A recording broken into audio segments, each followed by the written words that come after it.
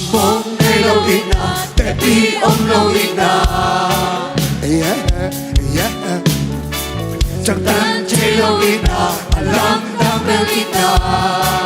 Say so, come on, I sang it. Come on, I besang nung ina chugin lenzo. Tepi chelo ina. Chẳng na kempel desang, happy na chugin lenzo. Kalvari mama nung loa, hey. Mama su omite, swata tena. Zikwang tumanan na umpia, sinaban jogi upa. Kalvari mama nung loa, kainayan. Mama su omite, swata tena.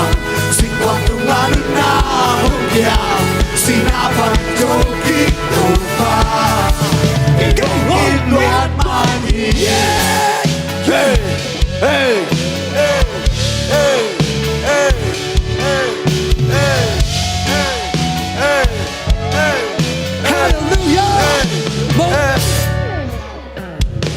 Amonelo ina, tepi omlo ina. Chẳng tan chelo ina. Hallelujah. Chẳng tan chelo ina, alam damel ina. Choir it. Yes, amen. Come on out there, son, don't need a chicken lenzo. I can't do this song, happy not chicken lenzo. Kalvari wapa nongwa, kaina ya. Mama su omide, swata tena. Singwa kumanu na hopya, sinaban jogi toka. Kalvari wapa nongwa, kaina ya. Mama su omide, swata tena. Singwa kumanu na hopya, sinaban jogi toka. Don't inuat mani.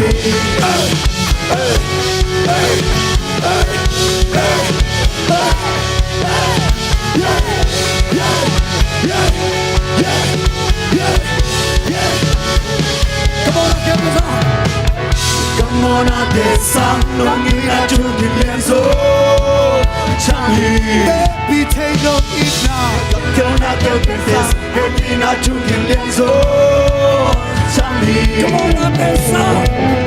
Come on out there, son, don't need a chicken lenzo. Chẳng kempel desang. Chẳng kempel desang, don't need a chicken lenzo. Kalvari wapa nongwa.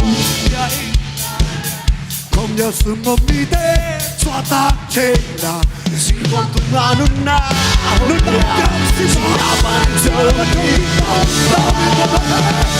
Kalvari wapa nongwa, kainayan.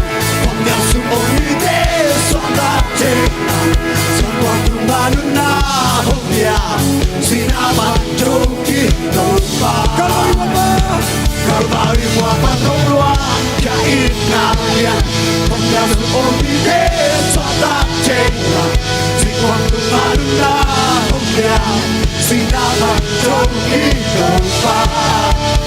Inuat mani.